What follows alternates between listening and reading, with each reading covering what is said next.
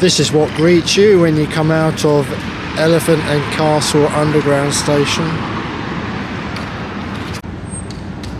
Another Leslie Green Underground Station with his corporate colours, oxblood. The Elephant got the name Piccadilly of the South between the 1890s and 1940s. This was because it was a major destination of leisure, with the Elephant and Castle Theatre, the Trocadero and the Royal Surrey Gardens Music Hall. That stainless steel box is a memorial from the famous Michael Faraday, and somewhat fittingly it houses a electrical power station for the London Underground, the Northern Line and Bakerloo Line, which serves the Elephant and Castle Underground Station here, right in the centre of Elephant and Castle.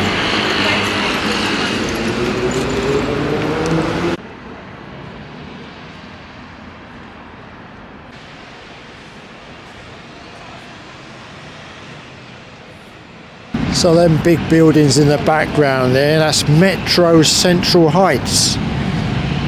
One of them's called Alexander Fleming House. It's grade 2 listed.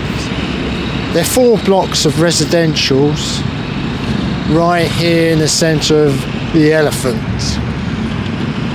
The Elephant being what locals would name this area, Elephant and Castle. The locals just say Elephant. The Metro Central is designed by modernist architect Erno Goldfinger. Completed the building in 1967. The 4 blocks have connecting bridges and going along with Erno Goldfinger's designs, modernist architecture, and they have indoor gym, swimming pool. It's a large complex, and it was Erno Goldfinger who built the similar Trellick Tower.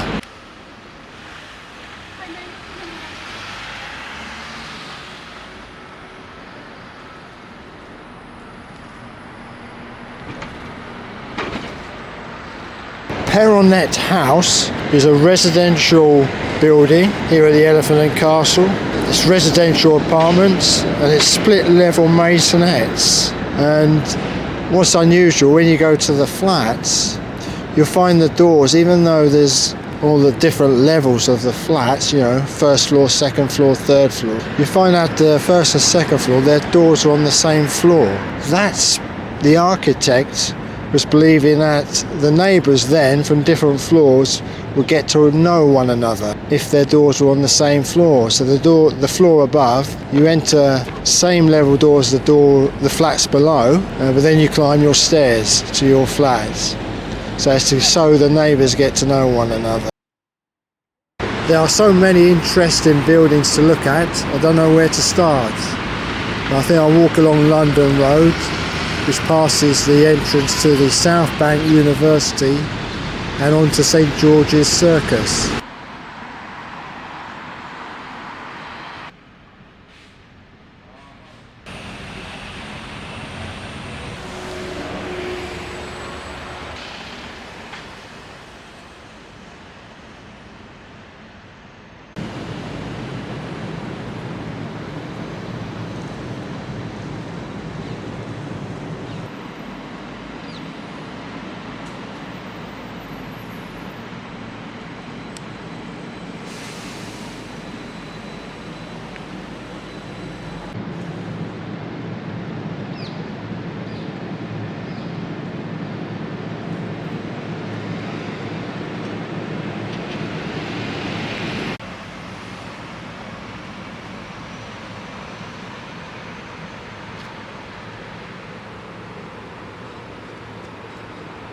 This is St George's Circus. That monument or obelisk in the middle of the roundabout, it says 1 mile and so many feet from London Bridge. I think that's correct. and it's built in the year 1771. I understand St George's Circus was the first purpose-built road junction. You see all the different roads coming into St George's Circus. Blackfriars Road, that would lead to Blackfriars Bridge. You got Westminster Bridge Road, which obviously leads to Westminster Bridge. So it really is a very busy traffic junction, roundabout. This once was the Duke of Clarence pub, but now is part of the South Bank University.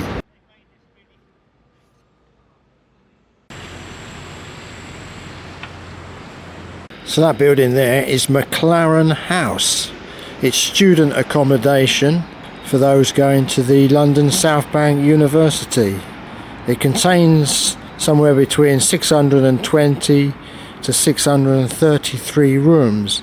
The group of buildings at McLaren House, there's actually 8 blocks altogether, and each block consists of between 8 and 10 floors.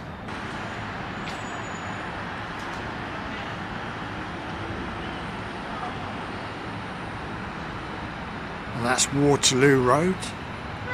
Take you to Waterloo Bridge.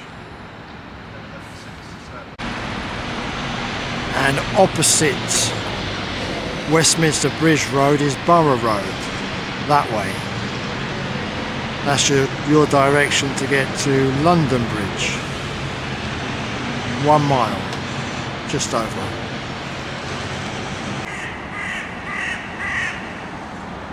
This group of buildings here is called, I believe, Blackfriars Circus, because we're just off Blackfriars Road.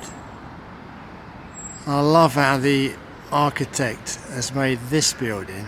See at the top, it looks like a castle, top of the castle, because we are in Elephant and Castle area.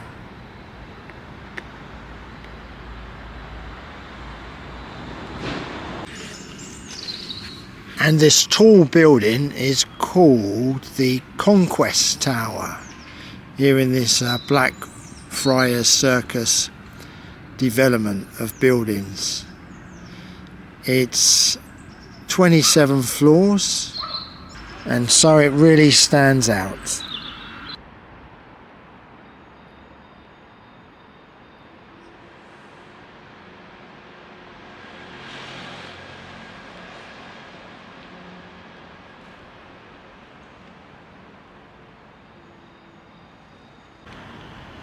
And I also love the brickwork on this building. Taken a lot of care to make it look so nice. I do like how they've matched the modern building there with the ancient obelisk, which is in the centre of the roundabout, both in line and both tall.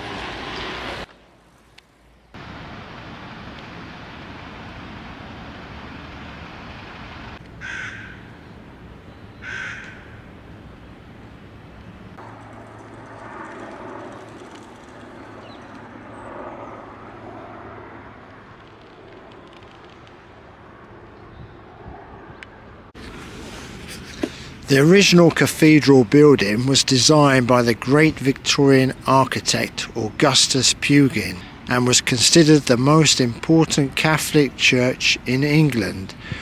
When it was built, it could seat up to 3,000 people. The church was opened on the 4th of July 1848.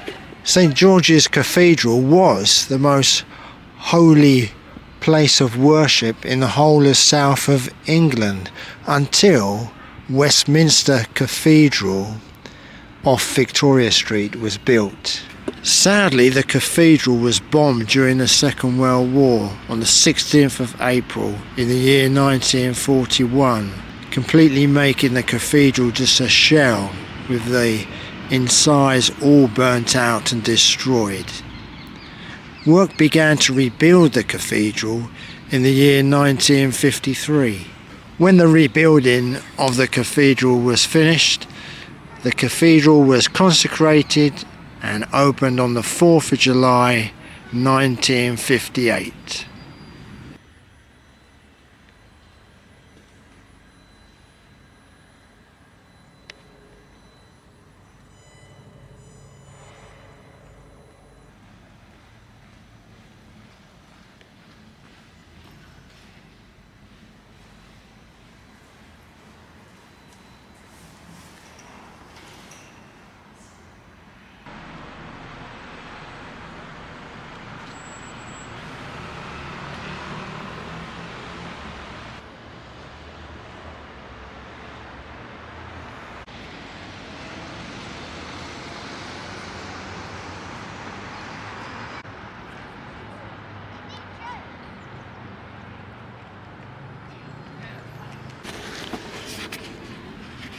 This building is well known.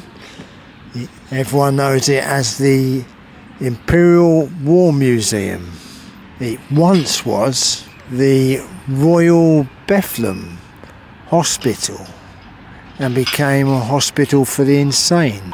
The name Bethlehem was changed to Bedlam because of the asylum here, the lunatic asylum. So it was, people call it Bedlam rather than Bethlehem. The original name, Bethlehem, would have come from the name Bethlehem, the holy city.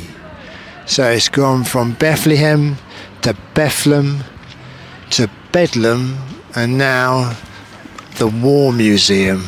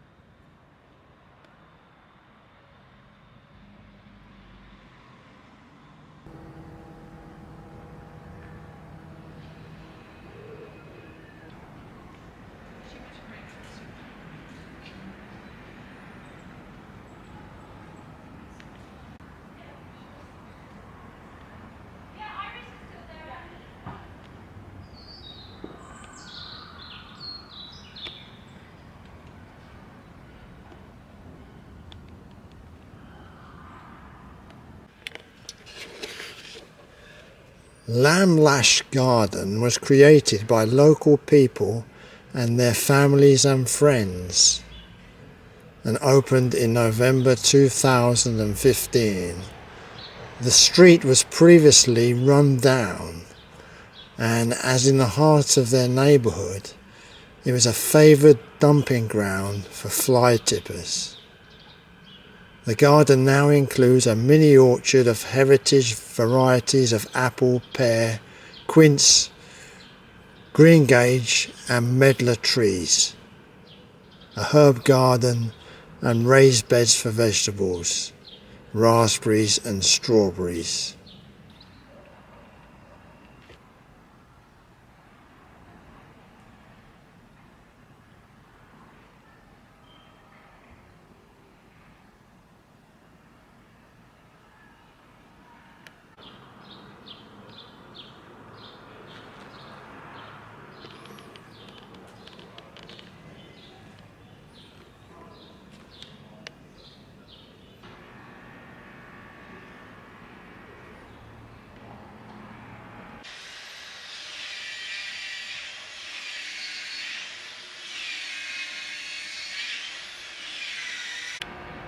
Lambeth House Estate, built in the year 1891.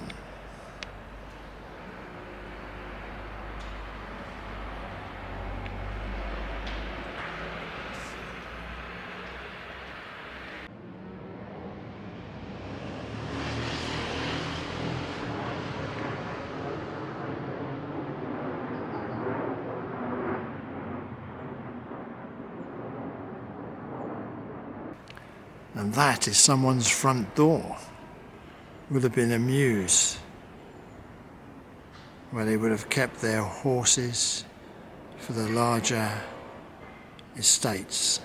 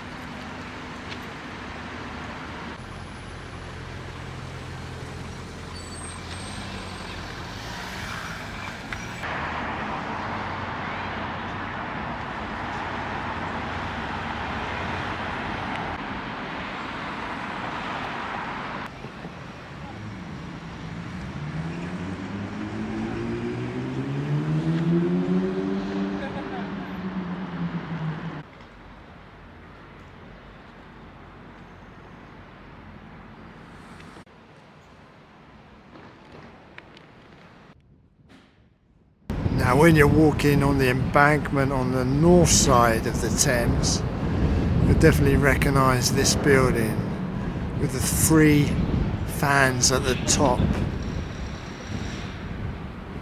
They never seem to be moving. But then when you're on the north side of the Thames on the embankment, you see this building with the 3 fans, you know that's the Elephant and Castle. So if you want to walk to the Elephant and Castle, you just head the direction of this building.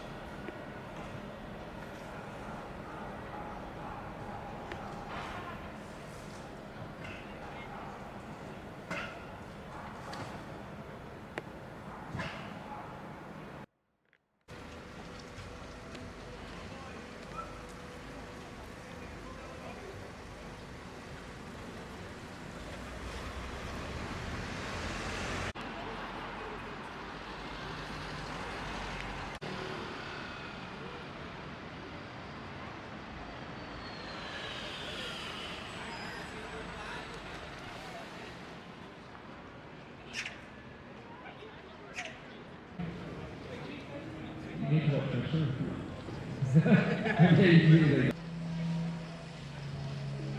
solid, man. Okay, I'm going to start the show just for the people that are watching now, and hopefully. Alright, let's do it. Showtime in no time. First thing I gotta do is make this look more like a stage. I know what the problem is. At the moment, this just looks like any old street in London. But if I throw a rope.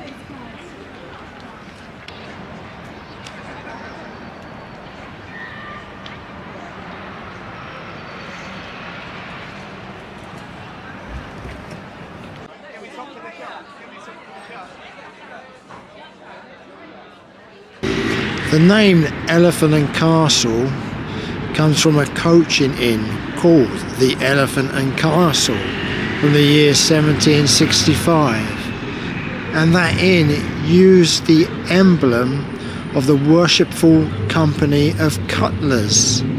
That's where you got the emblem of Elephant and Castle from. So the Cutlers Company crest featured an elephant with a howdah castle, that is, a castle on its back.